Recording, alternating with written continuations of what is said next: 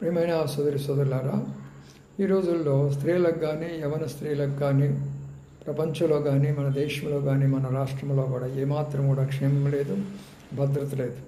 బయటకు వెళితే తిరిగి వస్తారనే యొక్క అనుమానం కూడా ఉంటున్నది. ప్రయాణం చేయాలంటే ఇబ్బంది, ఎక్కడైనా ఉద్యోగం చేయాలంటే ఇబ్బంది. ఏం చేయాలన్నా కూడా ఈనాడు యవన స్త్రీలకి ఎలాంటి యొక్క సేఫ్టీ లేక భద్రత లేదు. అందుకనే 1 తిమోతి 5:2 చెప్తున్నాడు.